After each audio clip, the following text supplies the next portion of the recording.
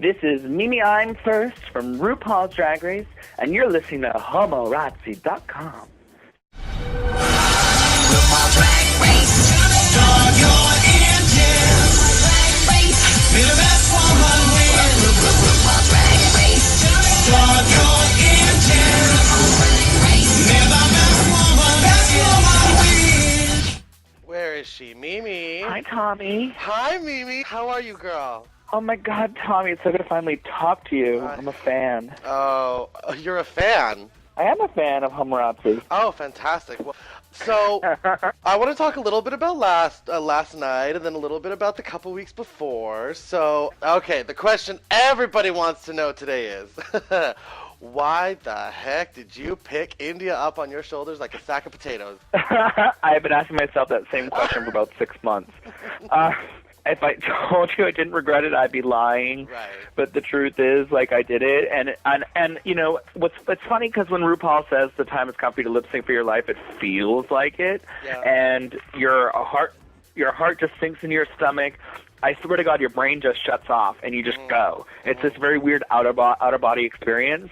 And I have to be honest with you, I've been picking bitches up in my show and spinning them around over my head for 10 years. Right. I've picked up over 2,000 people. I've never dropped a person in my entire life.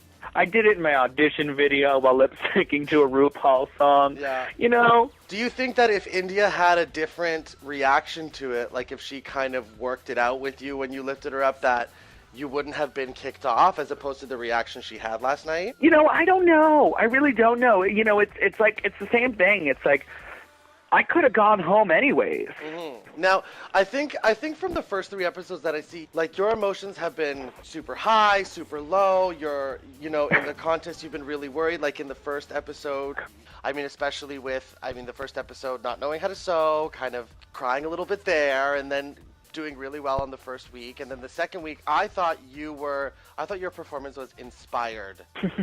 I thought Thank you. Yeah. Well, it's sci-fi camp. Absolutely. And I mean, You know?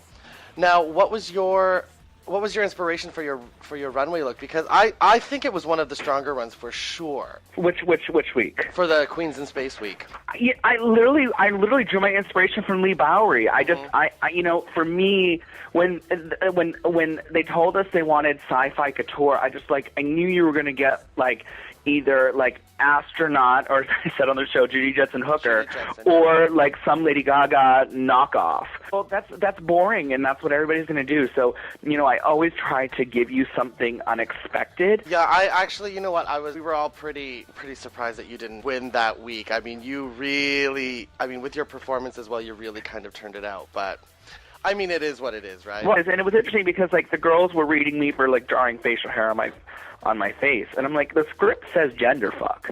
Yeah. You know, when you hand me a script that they're giving you and it says gender fuck, I go to the Coquettes in San Francisco and having a full beard and putting glitter on their beard. You know, when you have a character named Hermaphrodite, well, okay, yeah, that's what it is. You know, and it's science fiction and it's campy and it's a bad B movie, and watch those movies. Look at the acting style. You know, that's the style that you match. You know, so. Yeah. You know, it is. I really thought I was going to win, but whatever. I didn't win. Your fight with Shangela, girl. What happened there? We just got so much to talk about. Oh, I'll tell you. First of all, Shangela and I are good. Also, you have to put this in context. That at that point in the day, we had probably been in drag for 8 hours. When you're being critiqued, you're standing on that runway for hours in heels. You haven't really eaten. You haven't really slept. And then they say, here's a cocktail, and we're going to lock you in a conference room that's been redecorated. and go. Yeah. And then all this emotion comes up, and you have them trying to force their ideas and standards of what drag should be onto someone else. And it doesn't work. And I'm sitting there I didn't really get, she's coming for me for how I look. And it never crossed her mind, I don't care about the look, about it being perfectly feminine, because I was never going for that. Pretty is interesting for 20 seconds.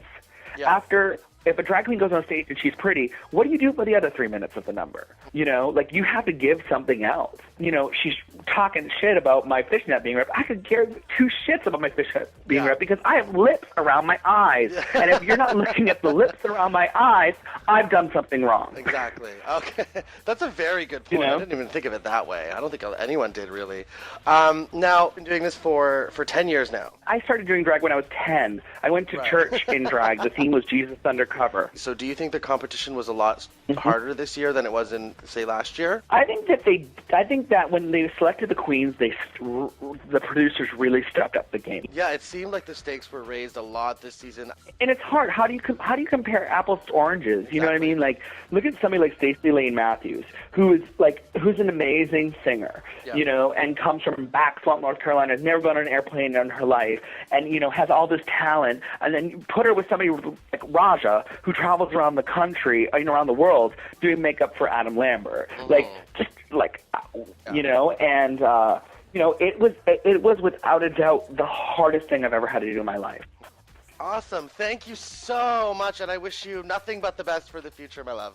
Oh, don't worry. I'm not going nowhere. I definitely did not go home. Yes, girl. Perfect. Well, thank you. You have a great day, Mimi.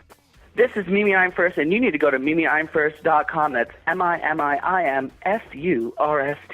where you can find it where I'm coming, because I'm coming to a city near you, and I'm ready to give you a show. And my band, excelmusic.com. That's XELLE music.com, and our single is called Party Girl, and it's on iTunes right now. Fabulous. Thank you so much, Mimi. Thank you, baby.